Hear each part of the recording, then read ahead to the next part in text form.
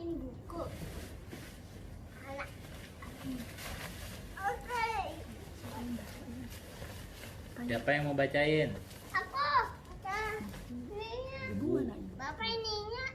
Mau dibacain sama siapa? Sama ibu. Ibu. Panggil ibu semuanya. Ibu.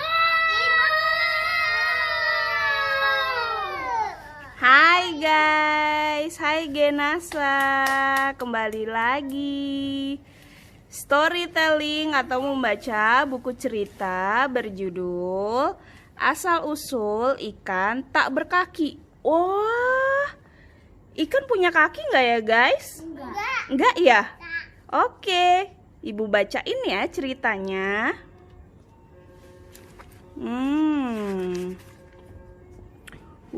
Suatu hari ikan merasa terperanjat melihat penampilan ayam jago. Betapa si jago berjalan gagah. Di kedua kakinya terdapat taji yang runcing dan mengkilat. Si ikan semakin terperanjat ketika si jago berkokok. "Oh, suaramu begitu merdu, teman," kata ikan merasa iri. Si jago hanya tersenyum. Si ikan terus bertanya, "Dari mana kau dapatkan suara yang bagus dan sepasang taji di kakimu?" "Oh, itu rahasia. Aku tak boleh ceritakan kepada siapapun." Wah, si ayam main rahasia-rahasiaan nih. Siapa yang suka main rahasia-rahasiaan? "Mengapa kau kikir?" Kikir. "Terserah kau bilang apa, karena jika aku ceritakan rahasianya, suaraku dan tajiku akan hilang." Wah, gitu ya. Si ikan termenung sejenak. Ia memikirkan rahasia yang dimasukkan oleh temannya si jago. "Ayolah katakan teman, aku ingin tahu," desak si ikan. "Tidak. Jika aku katakan berarti aku tidak patuh terhadap nasihat si raja." Ternyata ada rajanya guys. Semenjak itu ikan sering termenung sendiri. Rajanya iya, nanti kita cari tahu ya. Termenung sendiri, dia penasaran sekali tentang apa yang dia rahasiakan si jago. Lebih baik aku menemui Sang Prabu Wicaksana saja. Bila nasib lagi baik, tentu Sang Prabu akan menceritakan rahasia si jago. Wah, si ikan pengen ketemu Raja Naru. Pada pagi yang cerah, si ikan berangkat ke istana. Ia diterima langsung oleh Prabu Wicaksana. Dia lalu mengemukakan maksudnya. "Mengapa kau ingin mengetahui rahasia si jago?" kata sang raja. "Aku ingin seperti dia." Oh, si ikan tuh kayaknya pengen punya suara yang bagus ya. Sang raja diam sesaat. "Kau tak boleh tahu rahasianya. Itu adalah satu-satunya keistimewaan yang aku anugerahkan kepada si jago. Aku dan dia sepakat untuk tidak membeberkan rahasianya." Hah? Kaget dong si ikan. "Begitukah rahasianya?"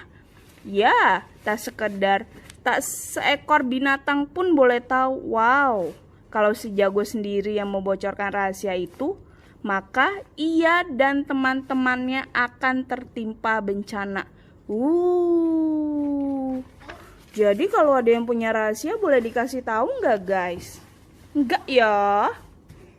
Ikan sangat kecewa karena tidak mendapatkan jawaban. "Kalau begitu berilah aku keistimewaan." Si ikan akhirnya minta sesuatu sama si Raja Naru. Jangan-jangan dia minta kaki kali ya ikan ya? Aneh gak sih kalau ikan minta kaki? Berarti dia gak berenang dong di air.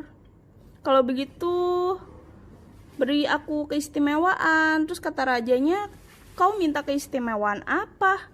"Anugerahkan kepadaku agar aku bisa berenang." Oh, dan menyelam dalam air. Wow. Kata si ikan. "Baiklah kalau hanya itu, sebab semua binatang telah kuberi keistimewaan. Hanya kau saja yang belum." Oh, ternyata ikan doang yang belum. Oke, kata raja, kemudian menganugerahkan keistimewaan kepandaian berenang bagi si ikan. "Kau akan pandai berenang, tetapi syaratnya kau harus mencari batu permata di pantai. Jika telah menemukan, segeralah kau telan. Hah? Ikan disuruh makan batu, Naruh? Supaya bisa berenang? Emang gitu ya? Hanya itu syaratnya, kata si ikan gitu kan. Syarat yang lain, jangan sekali-kalinya kau memberitahu rahasia ini kepada siapapun, kata si raja. Wah. Ikan pun berjanji akan mematuhi pesan sang raja. Siang itu ia meninggalkan istana, lalu menuju ke pantai untuk mencari batu permata yang dimaksudkan. Si ikan nyari batu di pantai seharian, tapi nggak terlihat sama sekali ada batu itu. Tapi ikan nggak menyerah begitu aja. Keesokan harinya dia pergi ke tempat lain. Seperti kemarin, dia mencari batu permata. Tiba-tiba dia dapet ikannya, gembira banget hatinya. Dan batu itu langsung ditelannya. Apa yang terjadi ya? Ikan terus pergi ke laut dan menyemburkan diri ke sana. Oh, ternyata dia bisa berenang. Tubuhnya terasa ringan di air. Siapa yang suka berenang? Ikan sangat gembira. Ia mencoba menyelam. Oh, mudah sekali melakukannya. Nih, dia nyemplung. Dia kayak perenang profesional ya. Punya kaki. Oh iya, baru sadar ibu. Hampir sehari penuh ia berenang dan menyelam ke dalam air. Di dasar laut menjumpai ubur-ubur, batu karang yang indah dan kepiting. Terus kepitingnya merasa heran. Hai teman, kau hebat bisa berenang dalam air. Ya, inilah keistimewaanku. Apa mungkinkah ikan memang tidak bisa berenang? Kita cari tahu ya. Kabar tentang kepandaian ikan bisa berenang di air begitu cepat tersiar dan menjadi bahan omongan. Ketika itu para binatang sama-sama berkumpul. Ada binatang kesukaan Naruh. Ada buaya, ada biawak, ada kepiting, ada penyu. Buayanya bisa berdiri. Wow. Enak. Mereka menyusun rencana mengadakan pertandingan berenang.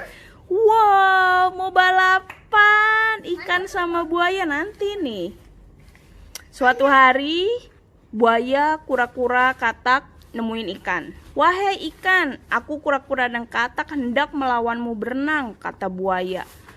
Tidak ada masalah, aku sekarang pandai berenang, pasti kalian menyesal karena dapat kukalahkan, kata ikan dengan sombongnya.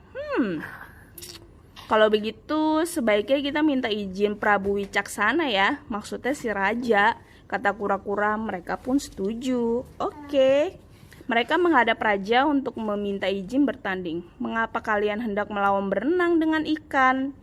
Karena sekarang dia pandai berenang, kata buaya. Aku mengizinkan asalkan yang menang jangan sombong. Dan yang kalah jangan membuat bencana atau perkara atau masalah. Hari bertandingan ditentukan, akhirnya tiba. Aku lihat. Oke, keempat binatang itu sudah siap di tempat masing-masing. Si kakak tua bertugas memberi aba-aba. Oh, si burung jadi wasit guys. Sementara binatang-binatang lain berjajar di pinggir sungai memberi semangat kepada peserta. 1, 2, 3. Keempat binatang berusaha paling terdepan. Ini dia balapan. Ada si ikan berenang melesat. Gimana berenangnya yang cepat? Wow, akhirnya ikan lebih dahulu mencapai finish. Urutan kedua siapa tebak? Buaya. Betul, Gerda pintar. Urutan ketiga adalah yang Bapak suka. Kodok. Dan yang paling terakhir adalah ting ting tung tungnya Madre. Kura-kura. Ya iyalah, kura-kura kan lambat sekali ya. Semua penonton yang hadir di sana bersorak-sorai memuji ikan. Sekarang semua binatang mengakui bahwa ikanlah yang paling pandai berenang. Semuanya mengucapkan selamat. Selamat ikan, kata Katak bertanya, kau belajar berenang dari mana sih wahai ikan? Aku juga heran, kapan belajarmu tiba-tiba pandai berenang gitu, kata si monyet. Ikan tak berkata apa-apa. Ia tak ingin teman-temannya mengetahui rahasianya.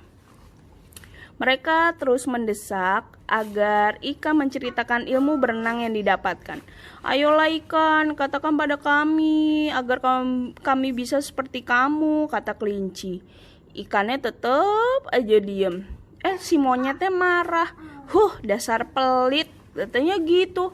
Ya, kalau kamu pelit begitu, kami tak mau bermain denganmu lagi. Didesak bagaimanapun ikan tetap diam. Ia teringat pesannya si raja. Betul, lagi pula dia tidak ingin menyesal seumur hidup. Akhirnya burung elang menghampirinya. Mengapa kau tak mau bicara, wahai ikan? Si ikan diam 1000 bahasa. Si burung mulai marah. Ia termasuk binatang pemarah dan kasar. Kalau kau tak mau menceritakannya, akan kupatuk matamu. Wow, biar kau buta seumur hidup. Mendengar ancaman seperti itu, si ikan merasa takut. Ia berlari dan terjun ke laut. Burung elang pun mengejar dan menyambarnya. Tolong, tolong, teriak si ikan. Kalau kau ingin selamat, katakanlah. Kalau tidak, tubuhmu kulepaskan. Kau akan jatuh dan mati. Bawalah aku turun. Aku akan ceritakan rahasianya. Mana aku lihat? Nih, dibawa terbang. Ketangkep si ikannya. Silang lalu membawa kembali. Ayo katakan, bentak si elang sampai di tanah. Semua binatang yang ada di situ terdiam. Saat kemudian barulah si ikan mau membuka mulut, diceritakannya semua rahasia. Setelah mereka bercerita, loh, tiba-tiba terjadi keajaiban. Leher si ikan berangsur-angsur jadi pendek, tangan dan kakinya lenyap. Berubah ya dia. Hilang. Semua binatang yang menyaksikan terbelalak karena heran. Si ikan berguling-guling di tanah, melompat-lompat dan terjun ke laut. Kepiting dan buaya menyusul. Ketika didapati, si ikan menangis terseduh-seduh. Ini salahku, aku tidak patuh terhadap pesan sang raja. Sudahlah, jangan menyesal, kata buaya. Kalaupun kau menangis hari penuh, tubuhmu takkan kembali seperti semula. Pada kesempatan lain diam-diam si ikan melompat ke darat. Ketika itu terik matahari menyengat kulit. Aduh, kulitku sekarang tak tahan panas. Demikian keluh si ikan. Kemudian dia loncat lagi ke laut. Hari-hari berikutnya si ikan berusaha untuk betah tinggal di air. Nih, jadi dia minta tinggal di air. Pas udah bisa berenang, dia pengen balik lagi ke darat. Padahal kan ikan tinggalnya di mana? Di air. Hari berikutnya si ikan berusaha untuk betah tinggal di air. Akhirnya dia belajar tuh mencari makan. Terus semenjak itu ikan dan keturunannya tak berkaki, nggak bertangan, nggak berleher. Ia pandai berenang, menyelam, tetapi tak bisa hidup di darat. Demikian cerita asal usul ikan tak berkaki. Jangan lupa ya guys, like dan subscribe. Loncengnya dinyalain. Oke. Bye.